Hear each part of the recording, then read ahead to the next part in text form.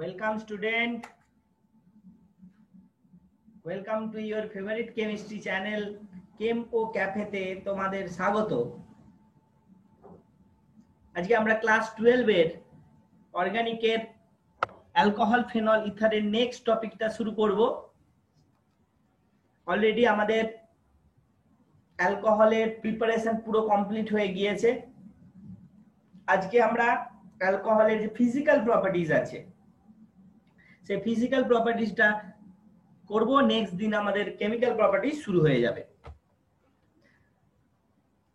যদি ভিডিওগুলো ভালো লাগছে তাহলে অবশ্যই ভিডিওগুলোতে বেশি বেশি করে লাইক করো, চ্যানেলটাতে সাবস্ক্রাইব করো এবং ভিডিওটা বেশি বেশি করে বন্ধুদের মধ্যে ছড়িয়ে দাও।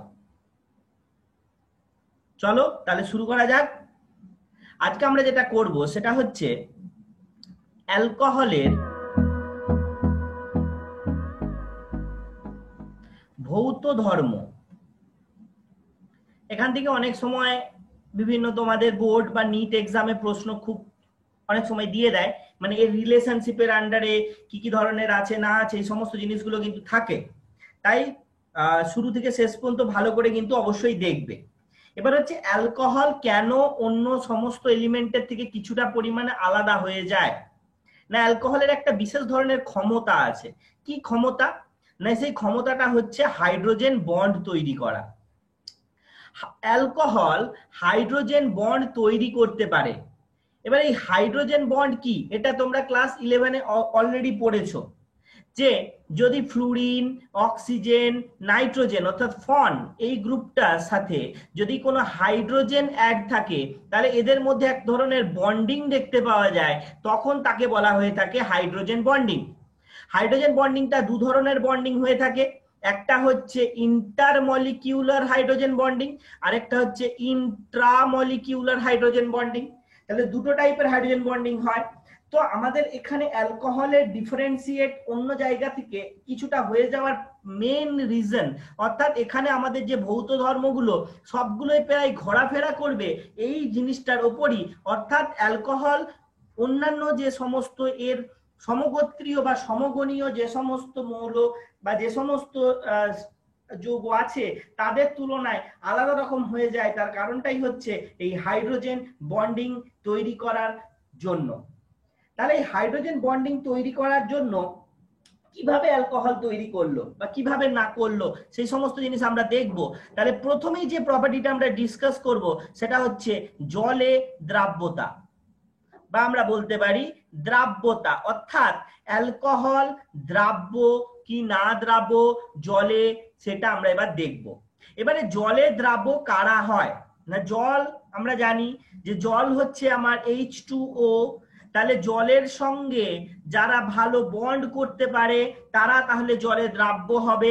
তাহলে এখানে দেখো তো অক্সিজেনের সাথে হাইড্রোজেন যুক্ত আছে, ক্লিয়ার? এইবারে আমি যদি একটা অ্যালকোহলের কথা চিন্তা করি, সাপোজ আমি একটা অ্যালকোহল দেখলাম CH3OH, ঠিক আছে, এটাকে কি বলা হয়ে থাকে? এটাকে বলা হয়ে থাকে মিথানল, এটাকে বলে মিথানল, ঠিক আছে। তাহলে CH3OH এর তোমরা যদি একটা জিনিস লক্ষ্য করো যে CH3OH এর মধ্যে এই যে অক্সিজেনটা, এই অক্সিজেন এবং হাইড্রোজেন যে বন্ড যদি আমরা দেখি তাহলে এখানে অক্সিজেনের কাছে ইলেকট্রোনেগেটিভিটি বেশি আছে, অর্থাৎ অক্সিজেন নিজের দিকে ইলেকট্রন ডেনসিটিটা টেনে রাখবে। তাহলে যদি নিজের দিকে ইলেকট্রন ডেনসিটি টেনে রাখে তাহলে অক্সিজেনের কাছে ডেল্টা নেগেটিভ চার্জ তৈরি হবে এবং এখানে হাইড্রোজেনের কাছে ডেল্টা পজিটিভ চার্জ তৈরি হবে। ঠিক একই রকম ভাবে যদি আমি এখানে দেখি, তাহলে এখানে একটা ডেল্টা নেগেটিভ চার্জ তৈরি হবে, এখানে একটা ডেল্টা পজিটিভ চার্জ তৈরি হবে। তাহলে এই যে দেখো আমরা কি বলেছিলাম, ফ্লুরিন, অক্সিজেন, নাইট্রোজেন এবং সঙ্গে পাশাপাশি যদি হাইড্রোজেন থাকে তাহলে এখানে একটা অক্সিজেন আছে যার মাথায় ডেল্টা নেগেটিভ চার্জ এবং এখানে একটা হাইড্রোজেন আছে যার মাথায় ডেল্টা পজিটিভ চার্জ। তাহলে এদের মধ্যে একটা বন্ডিং লক্ষ্য করা যায়, এই বন্ডিংটাকেই আমরা বলছি কি হাইড্রোজেন বন্ডিং।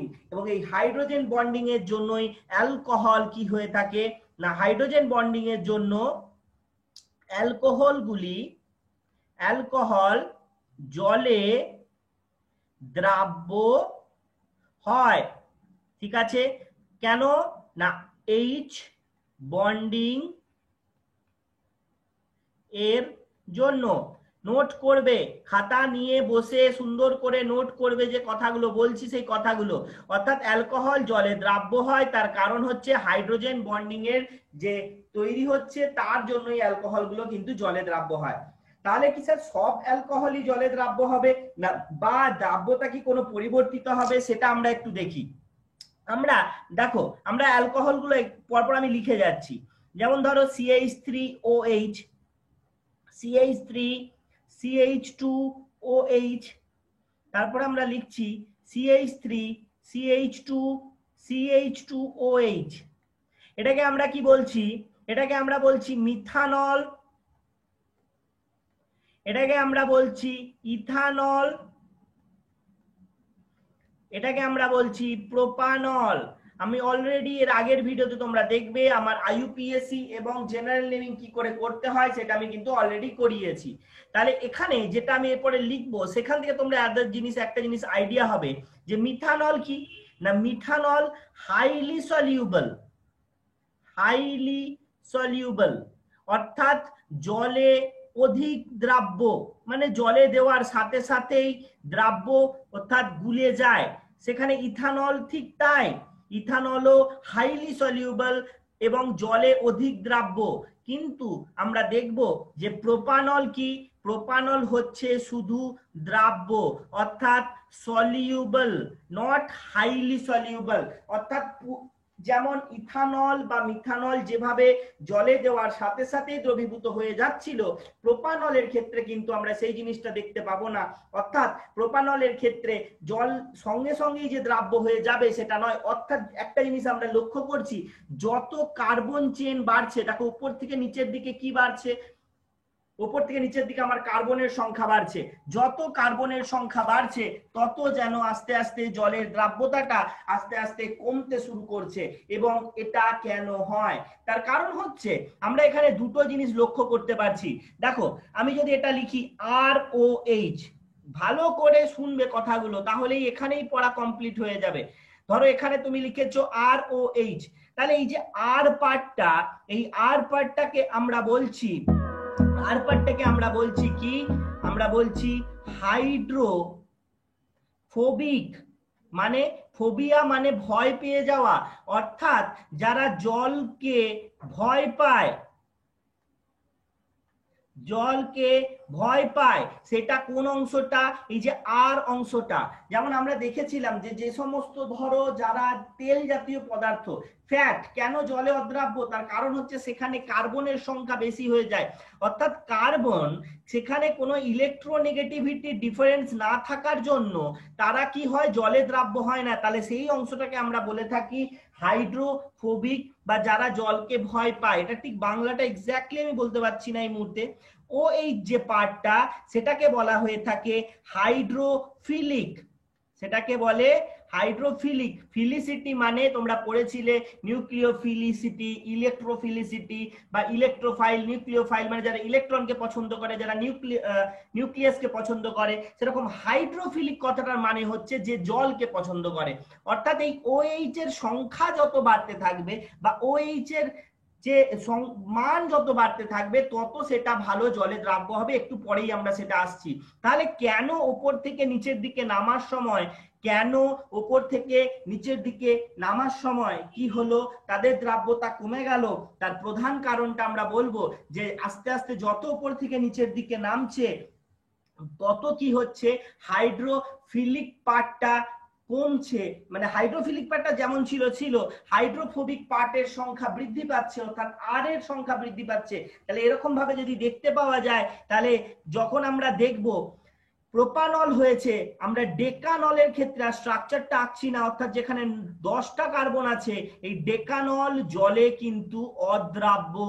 অর্থাৎ বুঝতেই পারছি তখন কিন্তু আর জলের প্রতি টান তাদের এত কমে গিয়েছে যে জলের প্রতি দ্রাব্যতা তাদের কিন্তু শূন্য হয়ে গিয়েছে। তাই মাথায় রাখতে হবে, যত আমরা উপর থেকে নিচের দিকে নামবো, অর্থাৎ যদি আমরা একটা করে কার্বন বাড়াতে থাকি তখন কিন্তু তার জলে দ্রাব্যতা কমতে থাকবে, এটা মাথায় রাখতে হবে। নেক্সট আমরা বলি সেটা হচ্ছে জলে দ্রাব্যতার জায়গাতে আমরা যদি 2 নম্বর এখানে যদি এটা A বা এটা যদি B দিই, তাহলে আমরা বলতে পারবো যে OH গ্রুপের সংখ্যা বৃদ্ধি পেলে দ্রাব্যতা বাড়বে। একটা সোজা উদাহরণ দিয়ে ব্যাপারটাকে আমরা বোঝাই। যেমন ধরো গ্লুকোজের যদি আমরা এক্সাম্পল দিই তাহলে C6H12O6, তাই তো? গ্লুকোজের এটা হচ্ছে ফর্মুলা। তাহলে এখানে স্যার তোমার 6টা কার্বন আছে, তাহলে স্যার আমরা বাড়িতে গ্লুকোজ নিয়ে আসি, সেটা কেন ভুলে যাই? খুব সুন্দর প্রশ্ন, মনেই হলো হঠাৎ করে, তাই না? সেটাই প্রশ্ন করতে হবে এরকম ভাবে। তাহলে তোমরা, আমার মনে প্রশ্ন জাগছে, স্যার একটু আগে আপনি বললেন কার্বনের সংখ্যা যত বাড়বে তত তো তার জলের দ্রাব্যতা কমে যাবে, তাহলে স্যার গ্লুকোজ কেন জলে দ্রাব্য হচ্ছে? তার কারণ আমরা যদি গ্লুকোজের স্ট্রাকচার দেখি, সেখানে তোমরা লক্ষ্য করবে যে গ্লুকোজের মধ্যে OH যে গ্রুপের সংখ্যা, OH গ্রুপের সংখ্যা 5টি, ঠিক আছে? যার ফলে কি হয়ে থাকে, এই এতগুলো OH গ্রুপ অবস্থিত হওয়ার জন্য গ্লুকোজ কিন্তু জলে দ্রাব্য হয়। মাথা রাখবে। তাহলে যেটা বললাম কি, যে OH গ্রুপের সংখ্যা যদি বৃদ্ধি পায় তাহলে কিন্তু সেক্ষেত্রে জলের দ্রাব্যতা বাড়বে।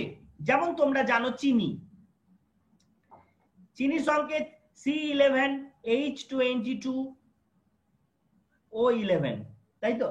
তাহলে এখানে 11টা কার্বন আছে, তারপরে তো চিনি জলে দ্রাব্য হয়। তার একই কারণ, এক্ষেত্রে স্ট্রাকচার গুলো তোমাদের দেখতে হবে। এক্ষেত্রে OH গ্রুপের সংখ্যা অত্যধিক, গ্রুপের সংখ্যা বেশি।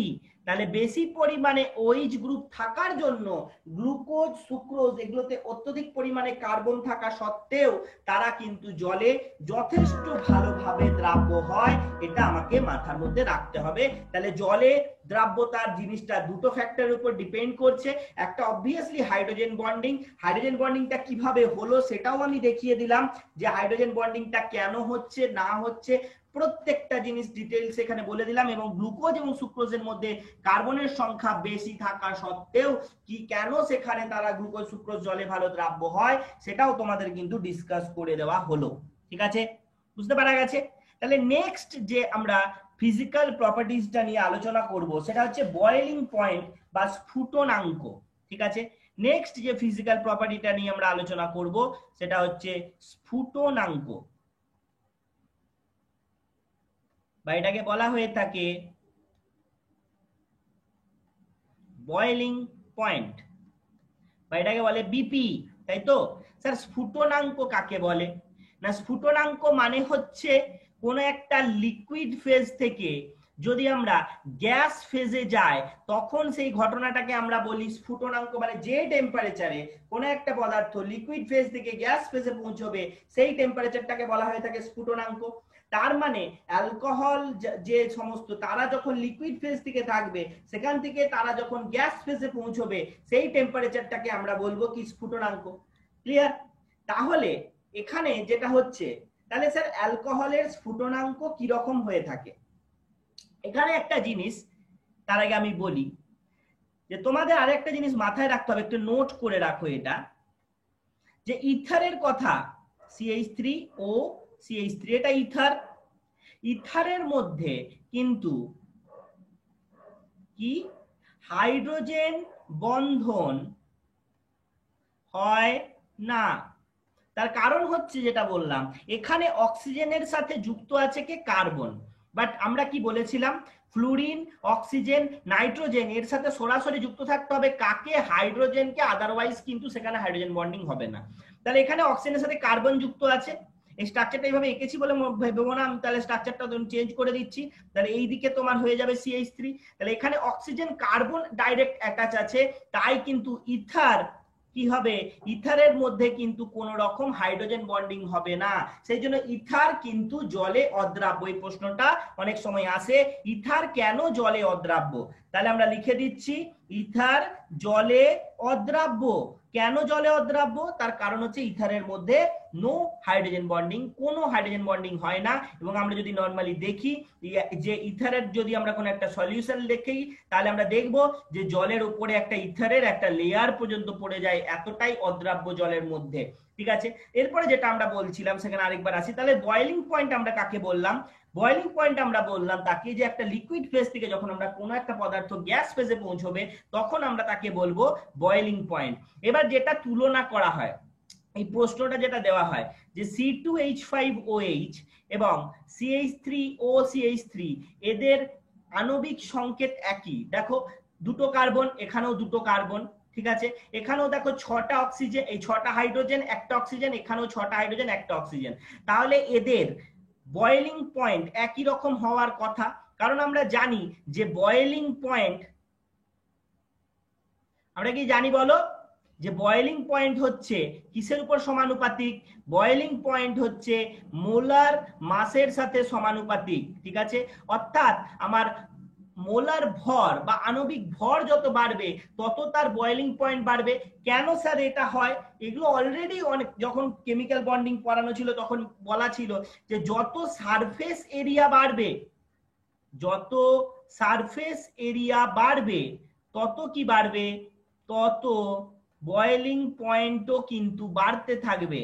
ঠিক আছে, সারফেস এরিয়া যত বাড়বে তত বয়েলিং পয়েন্ট বাড়তে থাকবে। সারফেস এরিয়া তাহলে বাড়বে কি করে? আমার মোলার মাস যত বাড়তে থাকবে তত কিন্তু আমার বয়েলিং পয়েন্ট বাড়তে থাকবে। তাহলে এদের তো স্যার মোলার মাস একই, তাহলে এদের বয়েলিং পয়েন্টের কি ডিফারেন্স হবে? এখানে খুব ইম্পর্টেন্ট, এটা একটা প্রশ্ন যে ইথার এবং মিথানল অর্থাৎ ডাই মিথাইল ইথার এবং মিথানলের মধ্যে কোন কার বয়েলিং পয়েন্ট বেশি? তো এখানে প্রশ্নের উত্তর হবে যে মিথানলের বয়েলিং পয়েন্ট ডাইমিথাইল ইথারের থেকে কিন্তু বেশি। কেন বেশি? তার কারণ এখানে বলতে হবে যে মিথানল কি করতে পারে, আবার যে একটু আগেই বললাম ডিফারেন্স একটা জায়গাতেই হয়ে গেছে, যে মিথানল হাইড্রোজেন বন্ড করতে সক্ষম, হাইড্রোজেন বন্ড করতে সক্ষম, বাট এখানে কি হয়? হাইড্রোজেন বন্ড হয় না। তাহলে একটা জিনিস লক্ষ্য করো, তাহলে এখানে যখন একটা হাইড্রোজেন বন্ডিং আছে তোমাকে কি করতে হবে? বন্ডটা ব্রেক করতে হবে, তবেই না তুমি এলিমেন্ট গুলোকে দূরে সরাবে। আমার যখন লিকুইড ফেজ থেকে লিকুইড ফেজে এই অণুগুলো, পদার্থের অণু পরমাণুগুলো সব আশেপাশে ছিল, সেটাকে যখন তুমি হিট দেবে, তখন কি হবে? এরা আস্তে আস্তে আস্তে আস্তে দূরে সরতে থাকবে, তাহলেই আমার লিকুইড ফেজ থেকে তখন গ্যাস ফেজে যাবে। তার মানে এখানে কি হলো? এখানে একটা শক্তি অ্যাড হলো, অর্থাৎ হাইড্রোজেন বন্ডিং অ্যাড হলো। তাহলে এখানে হাইড্রোজেন বন্ডিং হওয়ার জন্য তোমাকে বেশি পরিমাণে টেম্পারেচার দিতে হবে, এবং প্র্যাকটিক্যালি দেখাও গেছে যে ইথানলের বয়েলিং পয়েন্ট হচ্ছে 78 ডিগ্রি সেলসিয়াস, যেখানে ইথারের বয়েলিং পয়েন্ট, ডাইমিথাইল ইথারের বয়েলিং পয়েন্ট হচ্ছে 40 ডিগ্রি সেলসিয়াস। তোমরা দেখতেই পাচ্ছ যে এখানে কিন্তু ইথারের বয়েলিং পয়েন্ট বা স্ফুটনাঙ্ক সেখানে কিন্তু অনেক বেশি, কার তুলনায়? ইথারের তুলনায়। তার কারণ হচ্ছে হাইড্রোজেন বন্ডিং করতে সক্ষম কে? ইথানল। এই ছোট্ট কথাটা লিখে দিলেই কিন্তু আমার পুরো উত্তরটা কমপ্লিট হয়ে যায়, যে ইথানল কেন ইথারের থেকে বেশি পরিমাণে বয়েলিং পয়েন্ট শো করে। ঠিক আছে, এবার তোমাকে যে হয়তো প্রশ্ন করা হলো, সেকেন্ড একটা এইভাবে প্রশ্ন করা হলো, সেটা হচ্ছে ধরো CH3OH, CH3, CH2OH, CH3, CH2, CH2OH, তারপরে CH3 আরো একটা ধরো কার্বন বাড়িয়ে দেওয়া হলো, অর্থাৎ বিউটানল করে দেওয়া হলো। তোমাকে বলা হলো এটাকে যদি আমরা দিয়ে থাকি 1 নম্বর, এটা যদি 2 নম্বর, এটা 3 নম্বর, এটা 4 নম্বর, স্ফুটনাঙ্কের ঊর্ধ্বক্রমে সাজাও, অর্থাৎ ছোট থেকে বড়, বা তোমরা বলতে, হ্যাঁ ছোট থেকে বড় ঊর্ধ্বক্রমে যদি সাজাও, তার মানে আমি যদি বলি সবচেয়ে বেশি প্রথমে বলো কার হবে? না অবভিয়াসলি আমরা দেখতে পাচ্ছি যত উপর থেকে নিচের দিকে নামছি তত আমার মোলার মাস বৃদ্ধি পাচ্ছে, এবং আমি একটু আগে বললাম মোলার মাসের সাথে বয়েলিং পয়েন্ট সমানুপাতিক সম্পর্ক। তাহলে 4 এর বয়েলিং পয়েন্ট সবচেয়ে বেশি, তারপরে 3, তারপরে 2, তারপরে 1, এটা মাথায় রাখতে হবে। অর্থাৎ যত বেশি কিন্তু মোলার মাস বাড়বে তত কিন্তু বয়েলিং পয়েন্টও আস্তে আস্তে বাড়তে থাকবে। এবার এখানে একটা খুব ইন্টারেস্টিং প্রশ্ন হয়, সেটা হচ্ছে স্যার এইরকম পার্শ্ব শৃঙ্খলটা যদি বেড়ে যায়, তাহলে স্যার কি হয়ে যায় এখানে, ঠিক আছে? এই তোমাদের একটা হোমওয়ার্ক থাকলো, এই যৌগটার নাম কি, এই যৌগটার নেম বা নাম কি, ঠিক আছে? আইইউপিএসি নেম সবাই বলতে পারবো, আইইউপিএসি নেম নিয়ে সমস্যা নেই, বাট জেনারেল নেম কি আমাকে লিখে পাঠাবে কমেন্টে।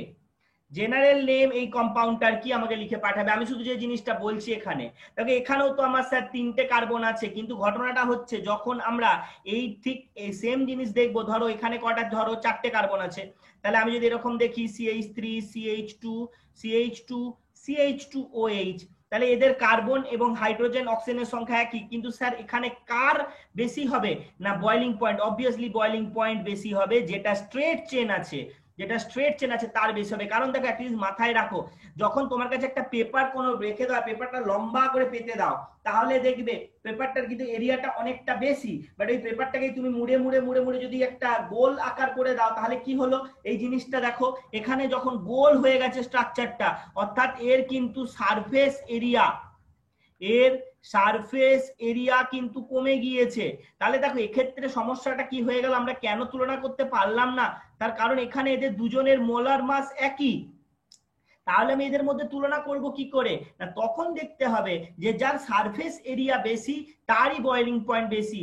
তার মানে এখানে কিন্তু আমি বিউটানল, এবং এর নাম আমি বলছি না, এই বিউটানল এবং এই যৌগটির যদি আমরা এ নাম দিয়ে রাখি, তাহলে এদের মধ্যে আমার বিউটানলের বয়লিং পয়েন্ট সবসময় বেশি হবে এই যৌগটির তুলনায়, তার কারণ এখানে কিন্তু সারফেস এরিয়া কমে গেছে। এবং তোমরা পড়েছিলে যে এদের মধ্যে কি, নিজেদের মধ্যে কি ধরনের বন্ড রাখে না, এরা এখানে আমরা তোমরা হাইড্রোজেন বন্ডিং আছে, বাট তোমাকে যেটা বারবার বলার কথা যে এই ধরনের প্রশ্ন কিন্তু অনেক সময় আসে, যে বিভিন্ন ধরনের এক জিনিস ঘুরিয়ে ফিরিয়ে তোমাদের প্রশ্ন করা হয় যে এখানে কোন জিনিসটা পরিবর্তন হবে, কোন জিনিসটা পরিবর্তন হবে না, কখন কোনটা চেঞ্জ হবে না হবে, প্রত্যেকটা জিনিস কিন্তু তোমাদের ডিটেলস এখানে আলোচনা করা হলো।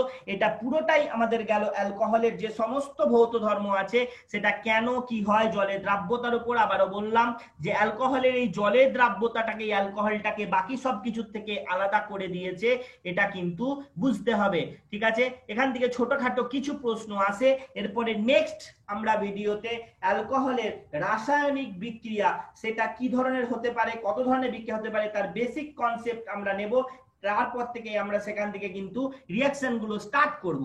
ভিডিওগুলো অবশ্যই শুরু থেকে শেষ পর্যন্ত দেখবে, এবং পুরোনো ভিডিওগুলো যেগুলো এখন দিচ্ছি, আগের ভিডিওগুলো শুরু থেকে শেষ পর্যন্ত প্রত্যেকটা ভালো করে দেখবে এবং অবশ্যই খাতায় নোট করবে। যদি ভিডিওগুলো ভালো লাগছে তাহলে ভিডিওগুলোতে লাইক করবে, ভিডিওগুলো শেয়ার করো, চ্যানেলটাতে সাবস্ক্রাইব করো, বেশি বেশি করে শেয়ার করো, বন্ধুদের মধ্যে বেশি বেশি করে পৌঁছে দাও। Thank you very much for watching this video.